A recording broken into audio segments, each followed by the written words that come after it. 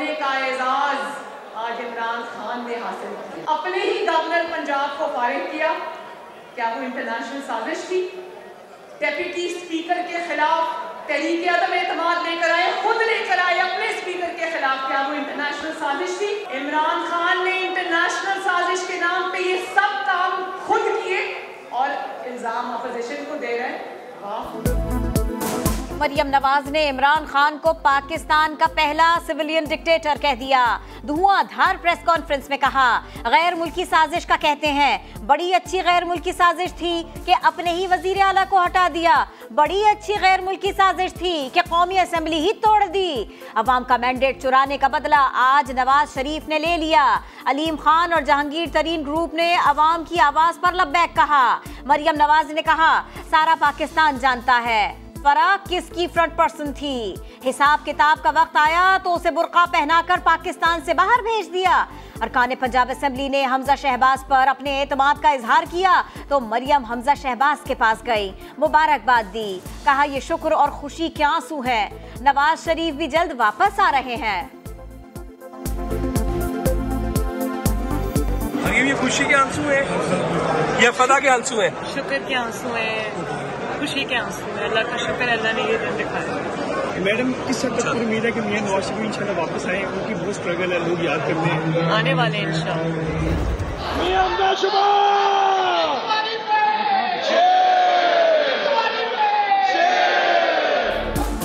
मुत्तहिदा opposition ने Punjab assembly में अक्सरियत शो कर दी। 199 अरकान ने हमजा शहबाज पर एतमाद का इजहार कर दिया। हमजा शहबाज ने प्रेस कॉन्फ्रेंस में कहा, तारीख परवेज इलाही के सियाह करतूतों की गवाही देगी। कानून तोड़ने वालों का एहतसाब होगा।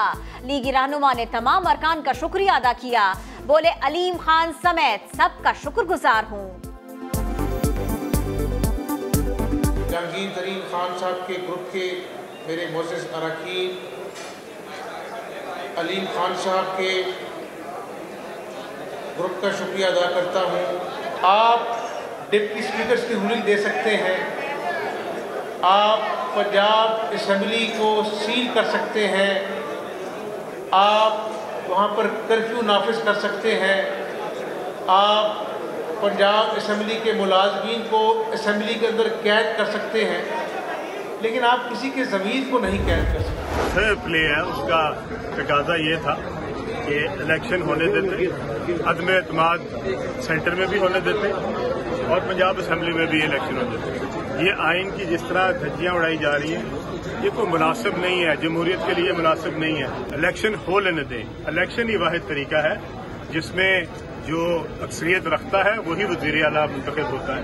अगर आपके पास अक्सरियत है तो आप साबित करें, और अगर आपके पास अक्सरियत नहीं है तो आप अपोजिशन में बैठे। जमहूरियत और आइन का मजाक ना उड़ाए। इलेक्शन होने दें।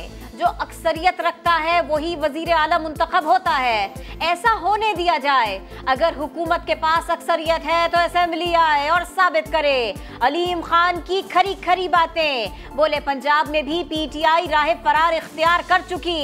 आप शिकस्त यकीनी है, हम डटे हुए हैं, पीछे नहीं हटेंगे। अब हकीकी तब्दीली आएगी। पंजाब असेंबली का इजलास बुलाने पर इसरार की सजा। तहरीक इंसाफ ने अपने ही डिप्टी स्पीकर पंजाब असेंबली के खिलाफ तहरीक अदम एतमाद जमा करा दी। स्पीकर ने रूल 25 के तहत डिप्टी स्पीकर के इख्तियारात खत्म कर दिए। असेंबली गेट पर ताला लग गया, दीवारों पर खारदार तारे लगा दी गई। नून लीग का जवाबी वार। स्पीकर पंजाब असेंबली चौधरी परवेज इलाही के खिलाफ तहरीक अदम एतमाद लाने का ऐलान। डिप्टी स्पीकर दोस्त मोहम्मद मजारी की सुप्रीम कोर्ट से मदाखलत की अपील। बोले, पंजाब की आबादी सबसे ज्यादा है और यहाँ कोई वजीर आला ही नहीं। तो मैंने अपने इख्तियारात इस्तेमाल किए, आइन के मुताबिक इस्तेमाल किए। आप ये देखें कि जो पाकिस्तान का बहुत बड़ा सूबा जिसकी आबादी 12-13 करोड़ है, इस टाइम उसमें कोई चीफ मिनिस्टर नहीं। लाहौर में 15 रोज के लिए रेंजर्स तलबी की सिफारिश, विफाक को इरसाल। जिलाई इंतजामिया ने सिक्योरिटी हाई अलर्ट कर दी। नोटिफिकेशन के मुताबिक नक्शे अमन के खदशे के पेश नजर किसी भी शख्स को हिरासत में लिया जा सकता है।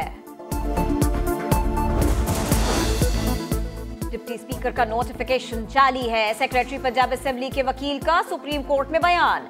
नून लीग के वकील आजम नजीर तारड़ ने कहा, हुकूमत के पास अक्सरियत नहीं, इसलिए इलेक्शन नहीं होने दिया जा रहा। चीफ जस्टिस ने साफ कह दिया, जल्दबाजी में कोई हुक्म नहीं दे सकते। पंजाब में हालात अवाम के पास जाने के लिए आइडियल हैं। जायजा लेंगे, दरखास्त हम सुनेंगे या Lahore high court. Deputy speaker की रूलिंग में बज़ाहिर इल्जामात हैं, कोई फाइंडिंग्स नहीं। क्या हक़ाइक़ सामने लाए बगैर ऐसी रूलिंग दी जा सकती है? इसी आईनी नुक्ते पर अदालत ने फैसला देना है। चीफ जस्टिस के अज़खुद नोटिस की समाअत में रिमार्क्स। अदालत ने सवाल उठाया, जो लोग गैर मुल्क से मिलकर तहरीक अदम एतमाद लाए, उनके खिलाफ क्या कार्रवाई हुई?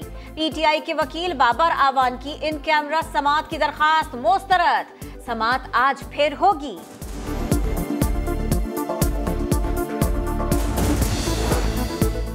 शहबाज शरीफ ने जस्टिस रिटायर्ड गुलजार अहमद का नाम बतौर निगरां वजीर आजम मुस्तरद कर दिया। सदर को जवाबी खत में लिखा, अदालती फैसले का इंतजार किए बगैर कार्रवाई का आगाज कर दिया गया। निगरां वजीर आजम की तकर्रुरी के लिए पार्लिमानी कमेटी की तश्कील का मामला। स्पीकर असद कैसर ने अरकान के नामों के लिए इमरान खान और शहबाज शरीफ को खुतूत लिख दिए। खान साहब उस मीटिंग को इस तरीके से पेश कर रहा है कि सारे के सारे ऑपोजिशन के मेंबर्स किसी फॉरेन कंस्पिरेसी का हिस्सा हैं और उसकी वजह से हम गद्दार हैं, तो उसका जवाब सामने आना बहुत ही ज़रूरी है ताकि हम भी अपना अप्रोप्रिएट जवाब फिर दे सकें। खान साहब ने कौमी सलामती के फोरम को सियासत में घसीटा, हमें गद्दार कहा गया, इसका जवाब सामने आना जरूरी है। बिलावल भुट्टो कहते हैं, DGISI को भी अदालत में बुलाकर सुना जा सकता है। इमरान खान ने जाते जाते आइन तोड़ा। इमरान खान के पास वो इख्तियार नहीं जो वजीर आजम के पास होता है। आने वाला जुमा यौम तहफ़्फ़ुज़ आईन पाकिस्तान के तौर पर मनाया जाएगा। सुप्रीम कोर्ट ऑफ पाकिस्तान ने अज़खुद नोटिस लिया, ये दुरुस्त इक़दाम था।